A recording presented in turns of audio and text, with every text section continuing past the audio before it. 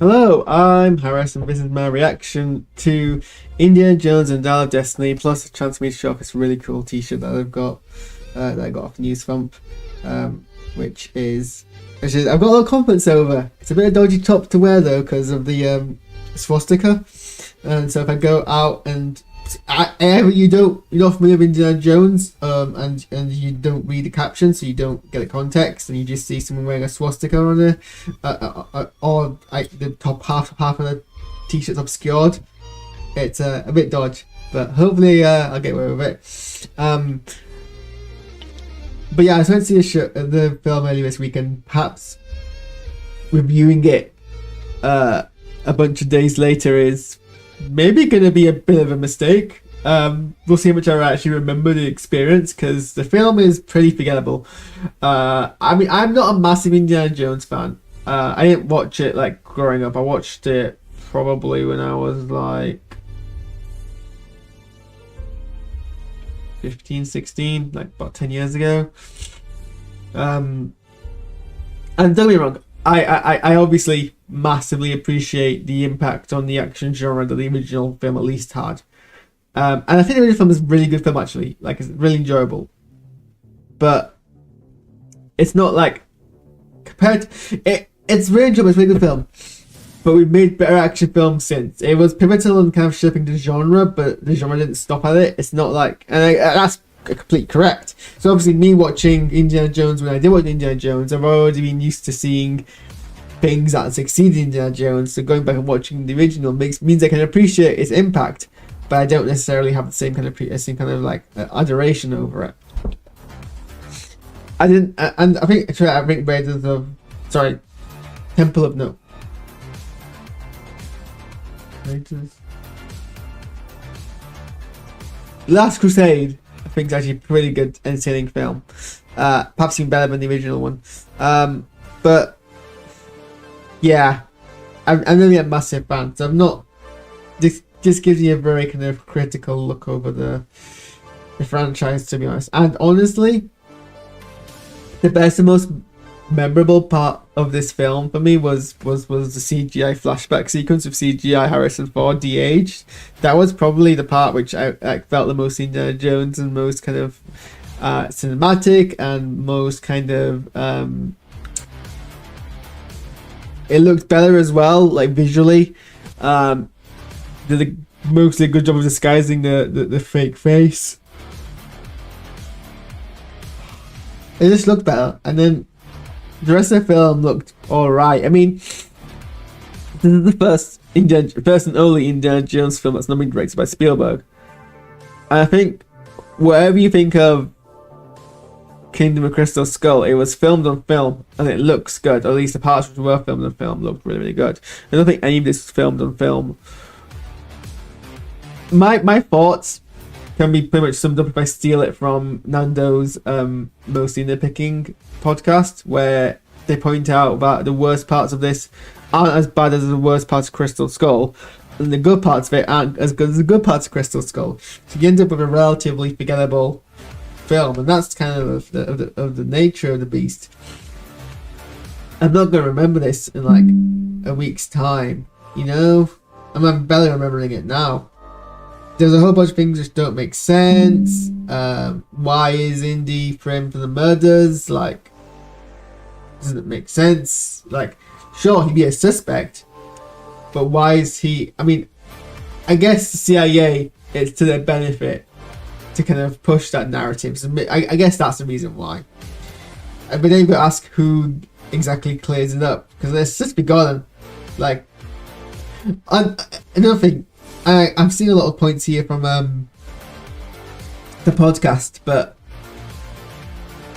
honestly, if they'd ended the franchise with Indiana Jones demanding to be left in ancient Greece, potentially just because of delusions and lack of capacity because of blood loss, and that's where he died, that would be the most bold ending of any franchise character in the history of film. They should have done that. That would have been memorable. And they pointed out in the podcast, also, he's wanted for murder, so you can't go back home anyway. But then they kind of forget about that. I'm not, and I mentioned in tweets and in the previous reaction, I'm not happy about Salah being in this film because of its whitewashing. He's a Welshman playing an Egyptian, and then they bring him back as a legacy character. He could have easily not been in this. I think he's right. He's in it for like. He's in it for as little as I kind of expect him to be in it, which I guess is good.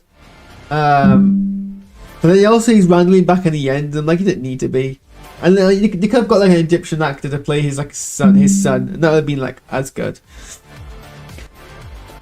To be fair, Harrison Ford is really good in this. He's probably the best part of this. He does genuinely seem like he's like playing the role and not like just phoning it in. Like he genuinely wants to do this, and I do appreciate they don't force the fact that he's like in the previous film they had him doing a bunch of stunts, but him acting old about it, and he was about the age and fitness where he'd get away with it. But obviously now he's much older. He's another 20 years older. Gosh, 20 years older. That's like 2/3 of my life.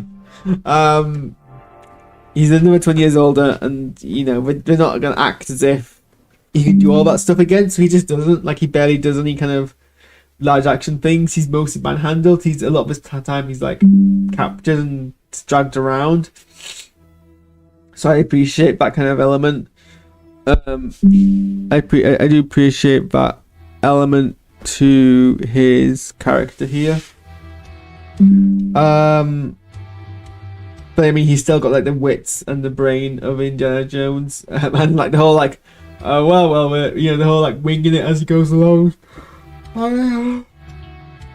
Shoot, and he punches a bunch of Nazis, so you can't really fault it. I think the film does go wild in like embracing time travel, and not even being any at all ambiguous about it, and being like, nope, this thing lets them travel through time. It's unclear if they're able to choose where to travel in time, because it's unclear if they can only travel to this spot, or if they can like travel whenever they want, and they just got it wrong or whatever. But they do travel in time, but somehow this World War II machine gets easily taken down by a bunch of Romans, which stretches belief. Even, you know, the fact that it gets hit and punctured by these grappling things. And also, why did it go that low? I mean, I guess it was because the plane was like damaged, but the thing about planes is once they're traveling, like we don't use more fuel to stay higher. Like planes are built, it's the physics that makes planes rise. So if you can point a plane upwards and generate enough thrust, it will go up, and it'll go up for a while. I was very confused about what the whole strategy was.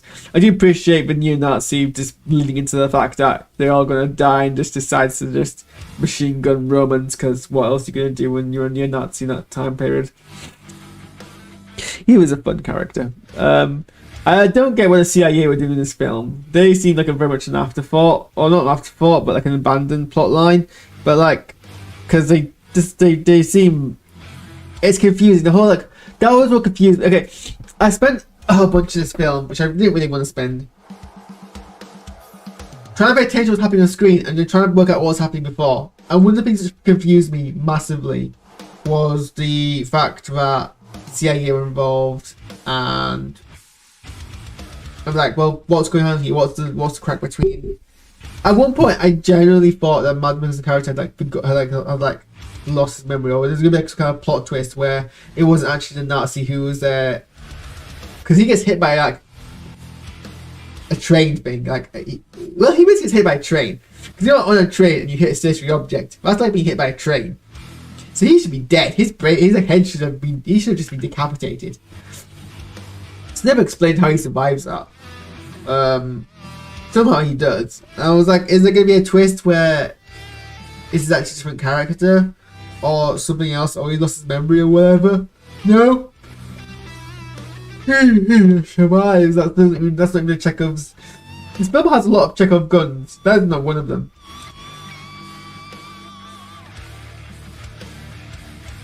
But yeah, there's a whole bunch of things. I think it's also like the most confusing Indiana Jones film because a lot of things are happening. Usually, it's fairly easy to pay attention to what's going on and what MacGuffin is chasing and what the consequences are and who's after what and what and such and such. I don't know if maybe this is the first Indiana Jones film I've seen in cinema, but it just like I was struggling to keep up with the plot a lot of the time.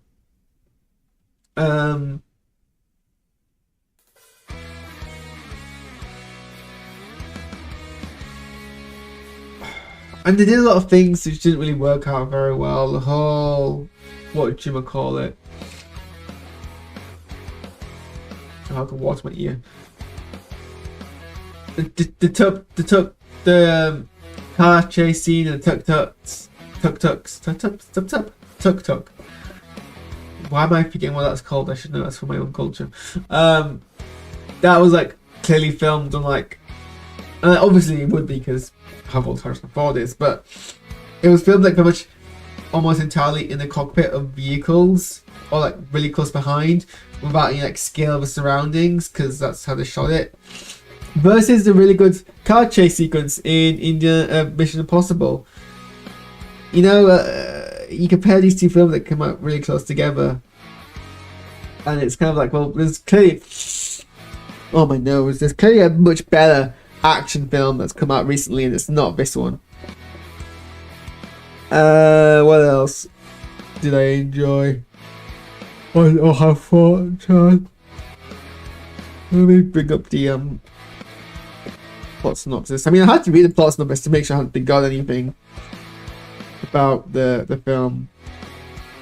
Like, I was confused a lot about like what Helena did or didn't know, what her kind of whole arc was, or what her kind of like aims were. Like, she kind of like tricked Indiana Jones, but and I was like, well, what's the trick? What's she actually? What she isn't? And it just turns out she's just there to like sell the thing, and it was getting a lot of money. So I guess fair enough. You know, if it took me a while to realize it was as simple as that, because I think it's because there was some dialogue which kind of just like I heard but I didn't quite register before the things moved on.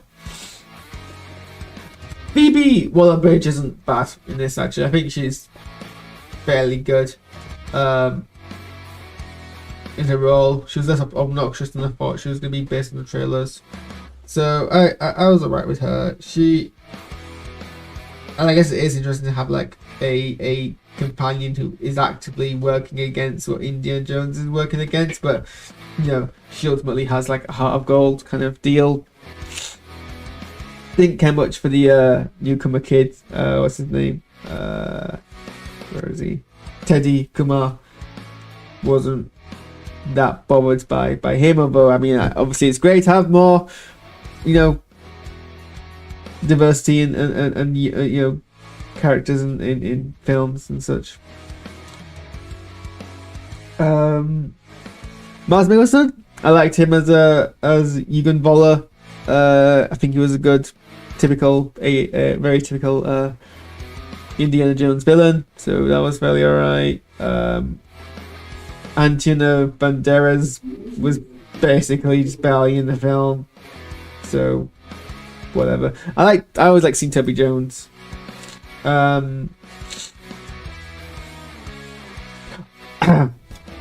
It's crazy that they literally cast him. I mean, I guess we get like an immortal Templar, so I guess going back in time and meeting actual Archimedes isn't the most kind of thing. They killed off Shia LaBeouf. We were wondering, I think that everyone was wondering how they were if Mutt was gonna be in this in a cameo or whatever, but damn no, they full on killed him off in Vietnam War, which, as I also point out in the podcast, doesn't really seem like the thing he would go and do, but he does, so that's that happens. Yeah, that's my thoughts on this film. I wasn't really that excited by it. It wasn't really anything impressive. It was all right. Like, I watch it again, like in the background, but I didn't have any really strong feelings about it. for a franchise that is so historic. It's fairly new. I mean, what is it on critical response is about 69 nice %, which I guess seems about right. Like, so Harrison Ford is fantastic in his role. I mean, the acting is great. I guess it doesn't have to be anything special, but like, I feel like Indiana Jones is kind of very much a one-trick thing that they managed to do twice well. It's what makes Indiana Jones good is that it's a pulp action film from like the 80s, and you can't do that now, you know. You just, like, it's not the 80s anymore. It was a product of its time, not in a bad way, in a good way, but you can't like remake that. I don't think you can. They came close to remaking it, to be fair, with Kingdom of Crystal Skull. Here it was just like, well, what we. I mean, this looked fairly alright. Not well. I mean, there's some really good shots in this thing, but it just looked, you know. It looks weirdly modern, not historic, whereas the previous films do. Apart from the flashback sequences, which is why I really love the flashback sequences. So yeah, I think, I don't know. Is this a better ending than Kingdom of Crystal Skull? Maybe, maybe not. Overall quality is better, but that's not doing it much benefit for its kind of impact. It's just really forgettable. I mean, you can look at like I haven't seen like a letterbox view of the film that I disagree with. Just bring them up now.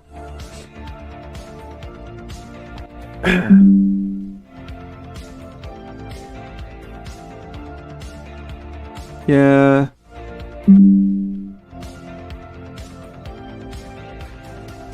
Here's the thing. Buller realizes that they're not going, that he did try to trick him about where the dial is, because of the direction that their boat was going in. But that was the direction they were going in before they even realized. Like, so okay, before they escape, Buller forces them to translate what the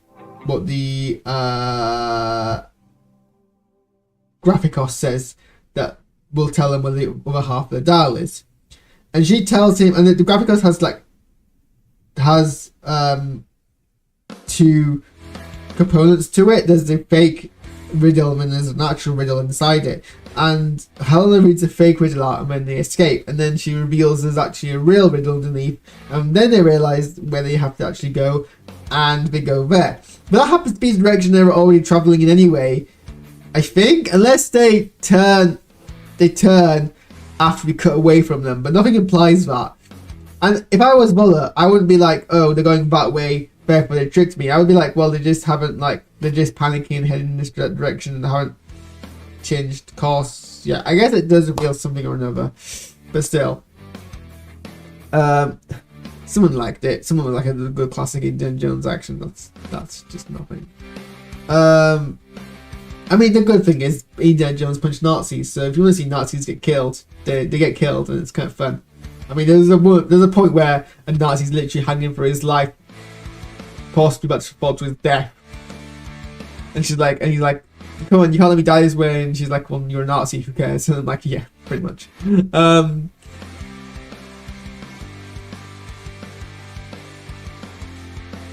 What was I say? That means that it's crazy, but like, they just like crash a World War II plane full of Nazis in ancient Greece, and that has like no historical ramifications whatsoever. I found it funny. Anyway, yeah, it was a wild ride. Thanks for watching. My nose clearly doesn't let me speak much, so I'm going to stop here.